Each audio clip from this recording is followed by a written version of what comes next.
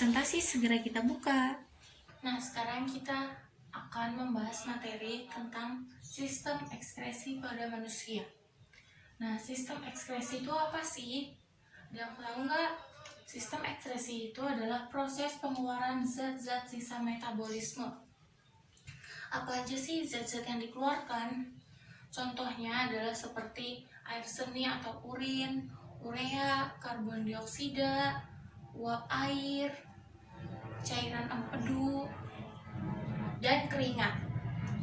Nah, jika zat-zat tersebut tidak dikeluarkan, maka akan menjadi racun bagi tubuh kita. Semakin banyak kegiatan organisme, semakin banyak pula energi yang dibutuhkan, dan semakin banyak pula zat-zat yang harus dikeluarkan. Nah, sekarang kita akan membahas tentang organ-organ penyusun sistem ekskresi. Apa aja sih organ-organ penyusun sistem ekskresi ini? Organ yang pertama adalah kulit. Kulit ini tersusun dari 3 lapisan. Lapisan yang pertama adalah lapisan kulit ari atau epidermis, yang kedua lapisan kulit jangat atau dermis, dan yang ketiga adalah jaringan bawah kulit atau yang kita dapat sebut subkutan.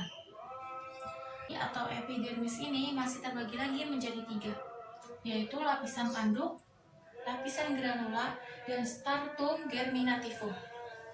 Nah, apa sih lapisan tanduk ini? Lapisan tanduk ini adalah lapisan yang terletak pada bagian paling luar. Dan lapisan tanduk ini berfungsi untuk melindungi sel-sel yang ada di dalamnya dan mencegah masuknya kuman penyakit. Yang kedua adalah lapisan granula. Lapisan granula ini terletak di bawah lapisan tanduk. Pada lapisan ini terdapat pigmen melanin yang memberikan warna pada kulit dan melindungi dari sengatan sinar matahari.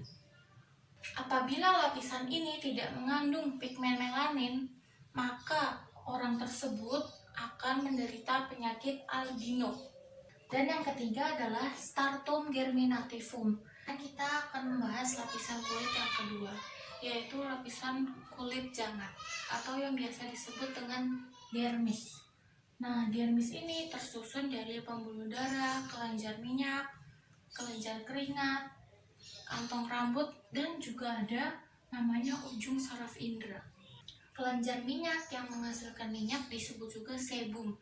Sebum ini berfungsi untuk meminyaki rambut agar tidak kering. Kelenjar keringat berbentuk pipa terpilin, memanjang dari epidermis hingga dermis. Pangkal kelenjarnya menggulung, dikelilingi oleh kapiler darah dan serabut saraf simpatik. Di kapiler darah inilah kelenjar keringat menyerap cairan jaringan yang terdiri atas air, larutan, dan garam.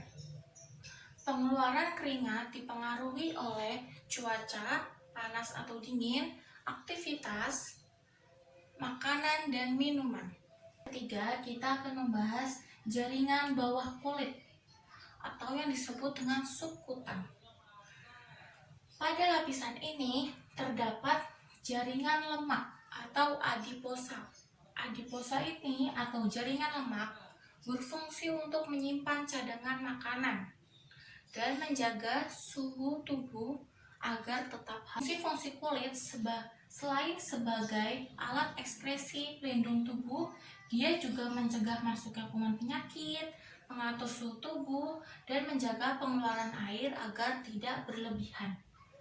Apa aja sih kalau kalian tahu penyakit-penyakit pada kulit? Penyakit pada kulit itu ada seperti jerawat, Nah, organ ekskresi yang kedua adalah paru-paru.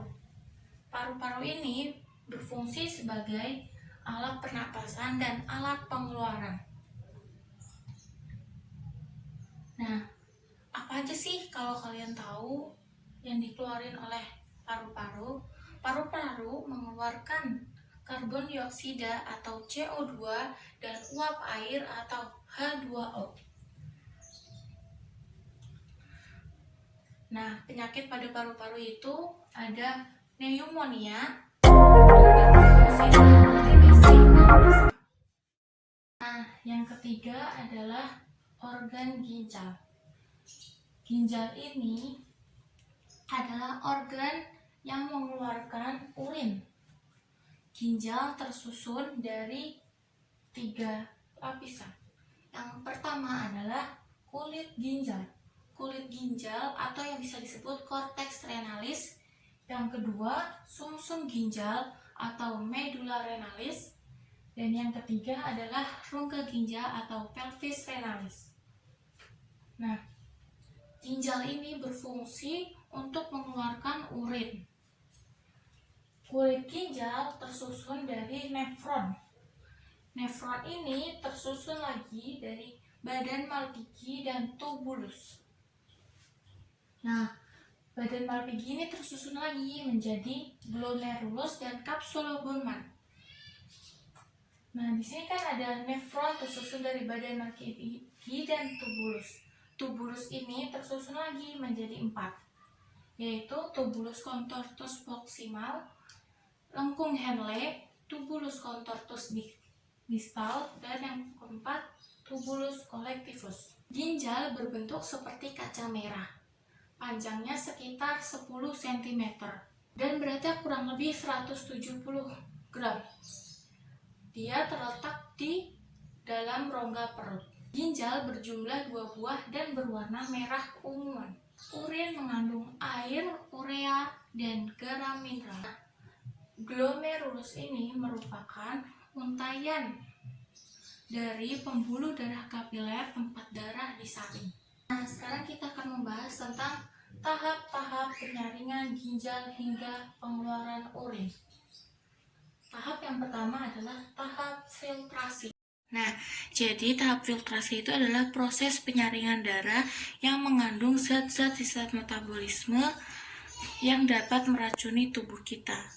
Filtrasi ini terjadi di glomerulus dan kapsula Bowman yang menghasilkan filtrat glomerulus atau urin primer.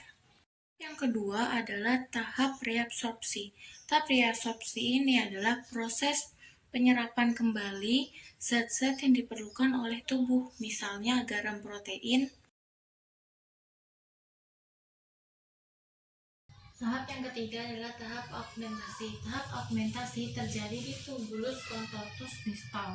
Augmentasi ini adalah pengeluaran zat-zat yang tidak lagi diperlukan oleh tubuh dan tidak dapat disimpan lagi. Bisa seperti asam urat, ion hidrogen, asam amino, kremia, dan kreatinin ditambahkan ke urin sekunder. Sehingga tubuh terbebas dari sekunder yang sudah ditambahkan sehingga menjadi urin sesungguhnya. Zat-zat berbahaya. Keempat adalah proses pengeluaran urin.